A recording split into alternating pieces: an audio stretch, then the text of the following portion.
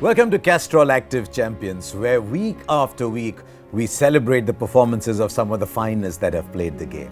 But from time to time we look at other actors in this wonderful drama that unfolds as well. We celebrated the fans one week. If you remember, a lot of you seem to enjoy that particular episode. So we thought it's time to look at people who, well, you see, but you don't always celebrate. So we'll pick three sets of people: the match referees, the umpires, and, dare I say it myself, the commentators.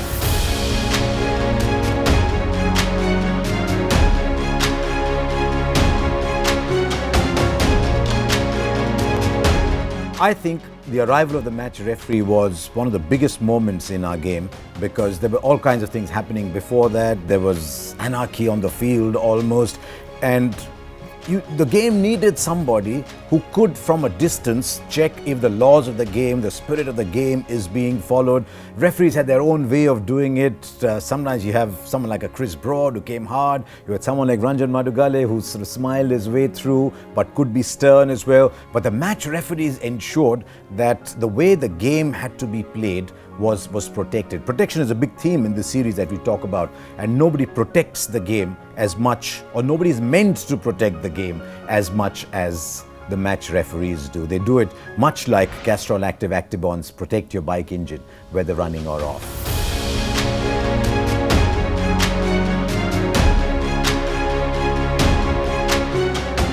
I talked about anarchy a little while ago. Some of you might say it's a strong word, but it was a word that I used very carefully.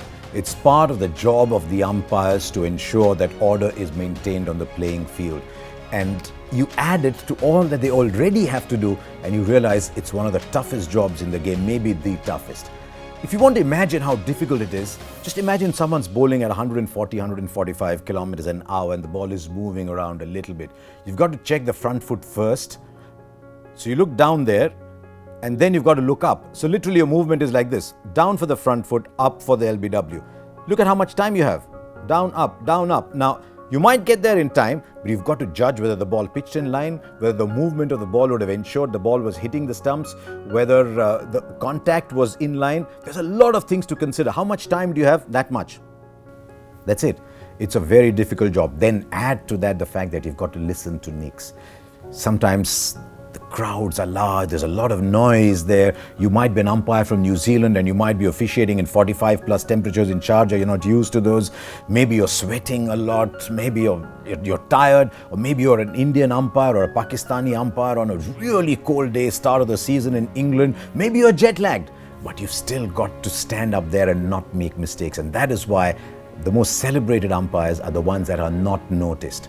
We only notice them and criticize them when they make mistakes. But the umpires are a very, very special part of the game. And sometimes they maintain order with a smile here, a smile there. People like Ian Gould and Murray Erasmus among the new umpires, Ali Imdar. They do it their own way, quietly, unobtrusively. The umpires are one of the stars of the game.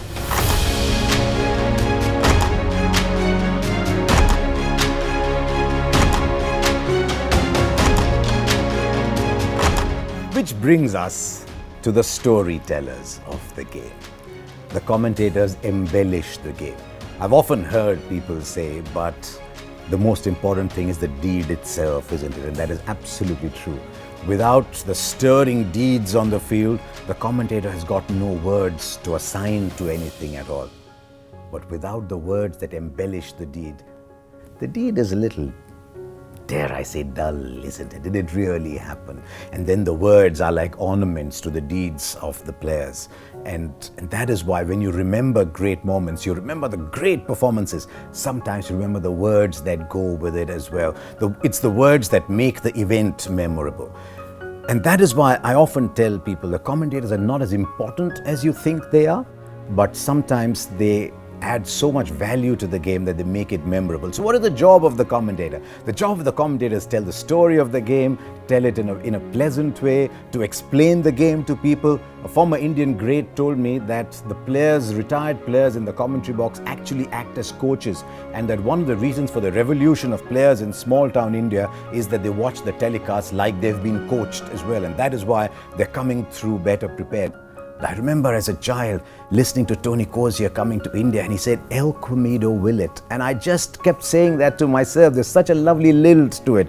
And I started to follow the West Indies, dare I say, a little bit more because of the way he enunciated it. Radio is a great medium for broadcasters, television little less so. But at all times, whether you're on radio or television, your job is to protect the legacy of the game and not demean or ridicule it. And to that extent, the commentators do exactly what Castrol Activ Actibonds do to your bike engine to protect it, whether it's running or off.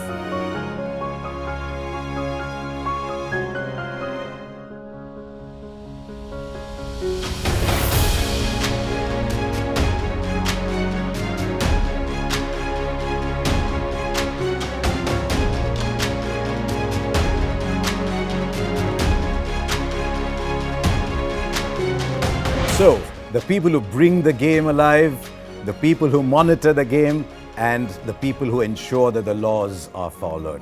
They don't score hundreds, they don't score 10,000 runs, they don't hit the winning six in a World Cup final at the Wankhede Stadium, but they're just as much a part of our game. And when they get it right, they're champions in their own right as well.